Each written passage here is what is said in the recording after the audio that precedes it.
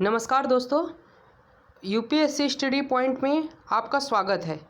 आज हम बात करेंगे कि रिसेंटली गवर्नमेंट ने जो है 19,000 करोड़ का बेल आउट पैकेज जो है इलेक्ट्रिसिटी डिस्ट्रीब्यूशन कंपनी के लिए अनाउंस किया है।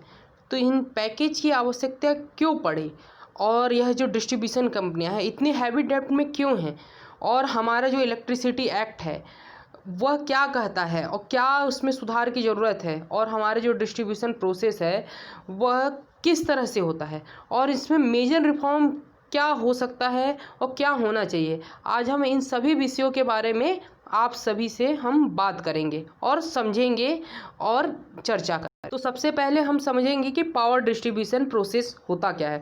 तो पावर डिस्ट्रीब्यूशन प्रोसेस क्या है कि जनरली किसी प्लांट से इलेक्ट्रिसिटी जनरेट हुई और फिर हम उसको ट्रांसमिशन लाइन के थ्रू डिस्ट्रीब्यूशन कंपनियों को देते हैं। डिस्ट्रीब्यूशन कंपनियां जो हैं हमें हाउस होल्ड में सप्लाई रहा कि डिस्ट्रीब्यूशन का। तो उससे पहले हम समझ लेते हैं कि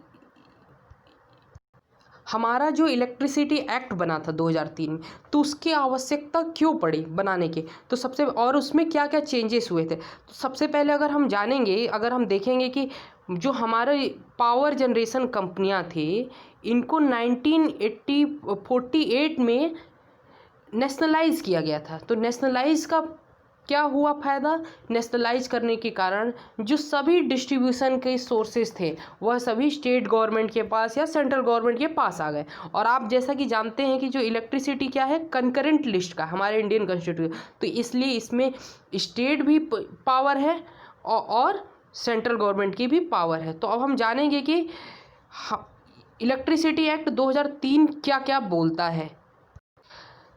तो इलेक्ट्रिसिटी एक्ट का पर्पज़ ये था कि पहला था कि to consolidate the law relating to generation, transmission, distribution, trading and use of electricity.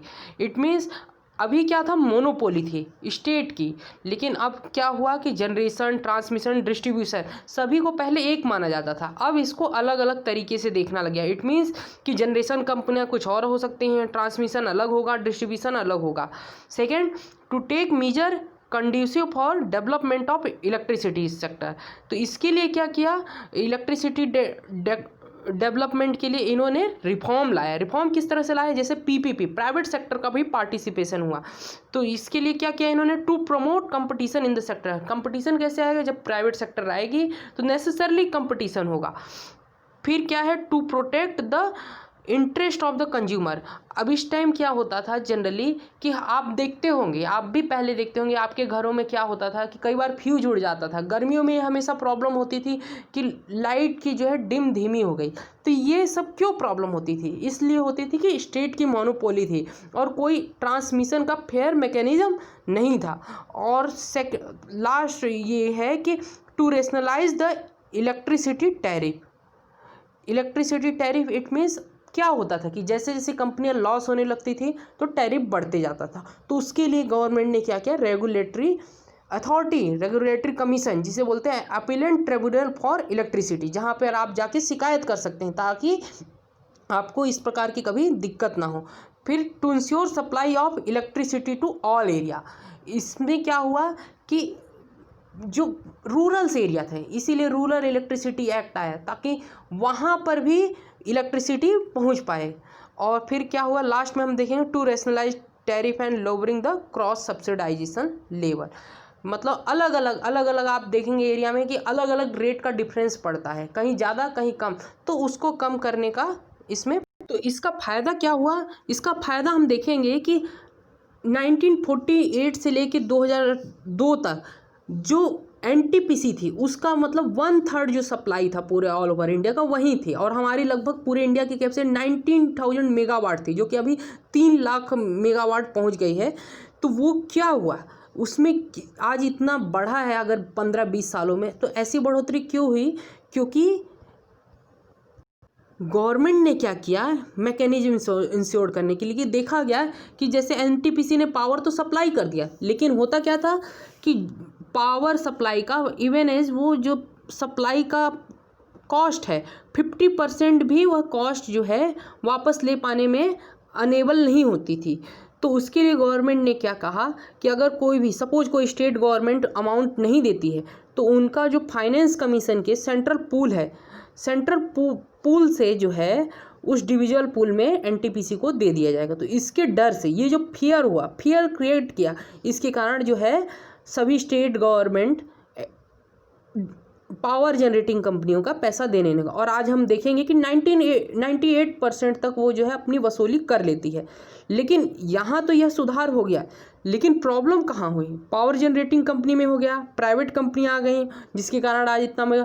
तो अभी आप देखेंगे प्रेजेंट में हमारे पास इलेक्ट्रिसिटी पावर की कमी नहीं है, हमारे पास सफिशिएंट है और इस टाइम ग्रिड फेलियर के भी चांसेस कम हो गए हैं और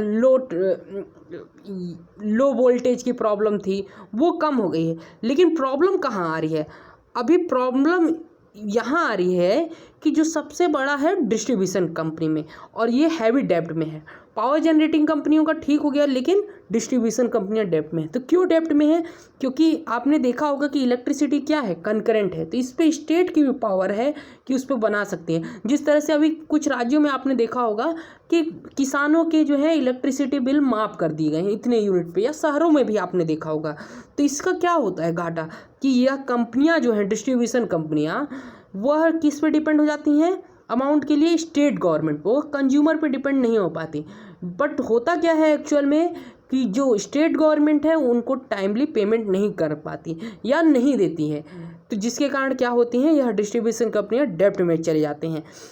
और क्या होता है जब लो पीक डिमांड रहता है, सपोज ठंडी का मौसम है और एक समर में आएंगे हम, विंटर में आएंगे, तो विंटर में क्या होता है डिमांड आप देखते हैं कम हो जाता है, एसी नहीं चलता है। लेकिन समर में वही क्या होता है डिमांड बढ़ जाती है।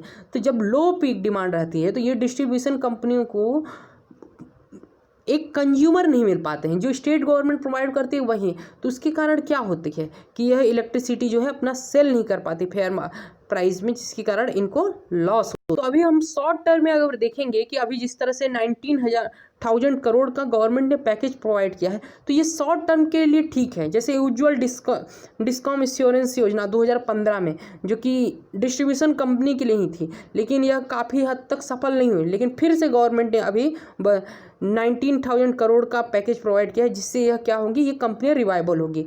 लेकिन पैकेज ही सोल्यूशन नहीं है। सोल्यूशन क्या है कि इन कंपनियों को स्टेट गवर्नमेंट से इंटरफेरेंस कम किया जाए, जिससे क्या होगी कि यह केवल स्टेट गवर्नमेंट का एक रेगुलेटरी मैकेनिज्म होना चाहिए। तो रेगुलेटरी मैकेनिज्म के लिए हमको एक कॉमन रेगुलेटरी मैकेनिज्म, तो वो क्या होनी चाहिए, हमें एक इलेक्ट्रिसिटी एक्ट को अमेंडमेंट करना चाहिए और independent regulatory authority for distribution company, जो कि अभी नहीं है, उसको हमको करना चाहिए, ताकि ये जो है टैरिफ पे और कंज्यूमर को किस प्राइस में सेल करना है और स्टेट गवर्नमेंट के इंटरफेरेंस को कम करना है।